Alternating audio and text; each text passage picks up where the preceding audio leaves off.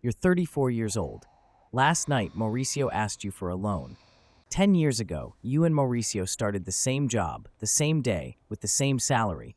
Everyone said he was going to go far. You believed it too.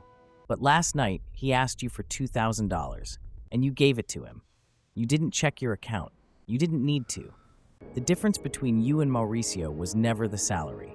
It was one single quiet thing you started doing at age 24. Want to know what it is? You're 34 years old. Last night, Mauricio sat on your couch and asked you for a loan. 10 years ago, you and Mauricio started the same job, the same day, with the same salary. Everyone said he was going to go far. Mauricio was the first one in and the last one to leave. His ambition could be smelled from miles away. You believed, too, that he'd be the success story of your generation. But last night, he asked you for $2,000 to cover a hole he couldn't explain without his voice cracking. And you gave it to him. You didn't check your bank account before answering. You didn't have to do mental math to see if you'd make it to the end of the month. You simply did it because you could. The difference between you and Mauricio was never gross salary or intellectual ability. It was one single, quiet, almost boring thing you started doing at 24, while everyone else mocked your lifestyle. Escaping the rat race looks nothing like what movies show. There's no dramatic resignation, no year-long trip through Bali. In fact, while you're pulling it off, the world will think you're falling behind. The rat race has a technical name almost nobody says out loud: total dependence on active income. It means that if you stop moving, your world collapses. The paycheck comes in, the paycheck goes out, and in between, nothing is left working for you while you sleep. Most people live there their whole lives, not for lack of talent, but because nobody ever showed them that the map out of this invisible edge requires, ironically, giving up trying to win the game of appearances. At 24, you're at level 1. You have a desk with your name on it, standard benefits, and a salary that feels like a fortune until you pay rent. At this point, you're one medical emergency or one car repair away from total disaster. Mauricio, on the other hand, looks like he's winning. He uses his first bonus to finance a brand new black sedan.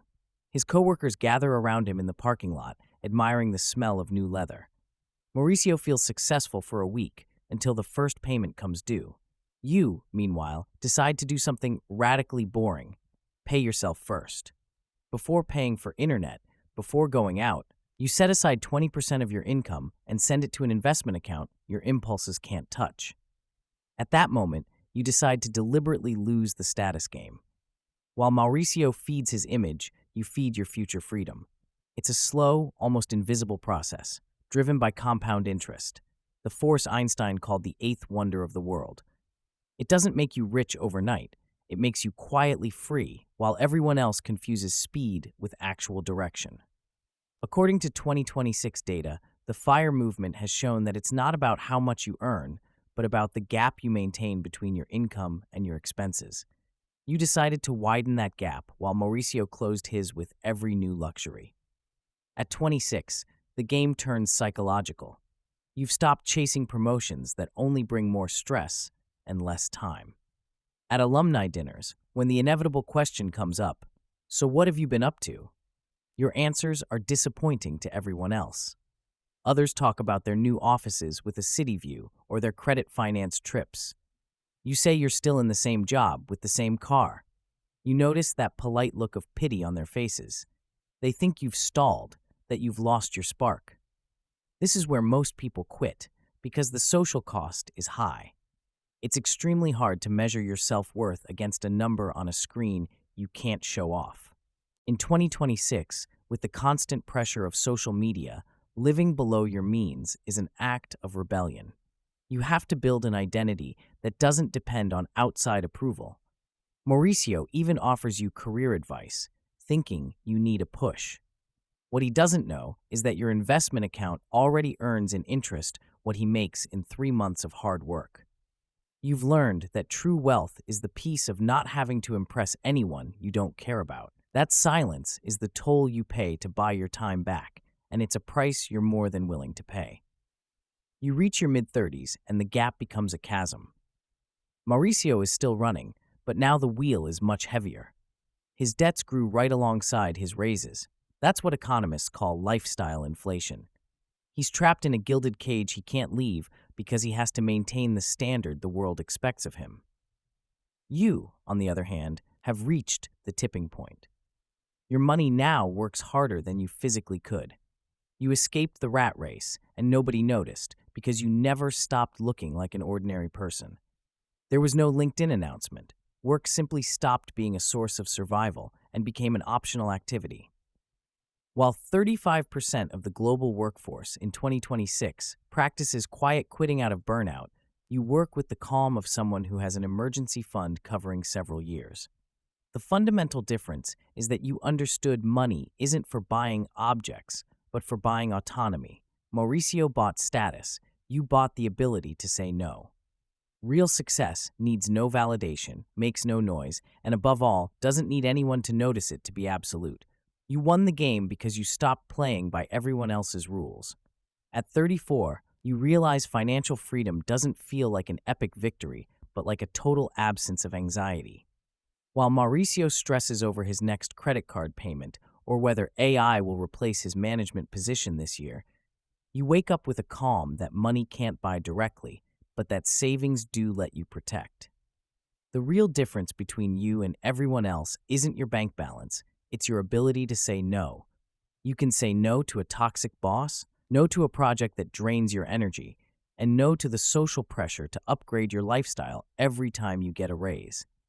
In 2026, where 60% of managers underestimate their team's burnout, you hold the biggest competitive advantage of all: time. You don't need to run faster than the machine because you're no longer part of its gears. You've discovered that wealth isn't what you spend so others can see it, but the options you have when nobody's watching. Mauricio is still trapped in the cycle of earning to spend, a trap designed to keep you perpetually productive for someone else. You, on the other hand, have turned your capital into an invisible shield. That $2,000 loan you gave Mauricio wasn't an act of superiority. It was the final proof that your system works. For him, that figure is a mountain of stress. For you, it's simply an accounting entry that doesn't disturb your peace. Escaping the rat race means money has stopped being the protagonist of your story and become a supporting actor that simply makes your life easier. You achieved what few manage to, being free in a world that prefers you stay a perpetual consumer, and you did it so well that no one had to give you permission or congratulate you for it. Escaping the rat race is a decision made every other week, in the darkness of your banking app and far from anyone's approving gaze. If this video has made you question whether you're running in the right direction or just running so you don't fall, subscribe and join our community. Leave me a comment with the word freedom if you're ready to stop feeding the noise and start feeding your future. Remember that other people's approval is the most expensive debt you can take on.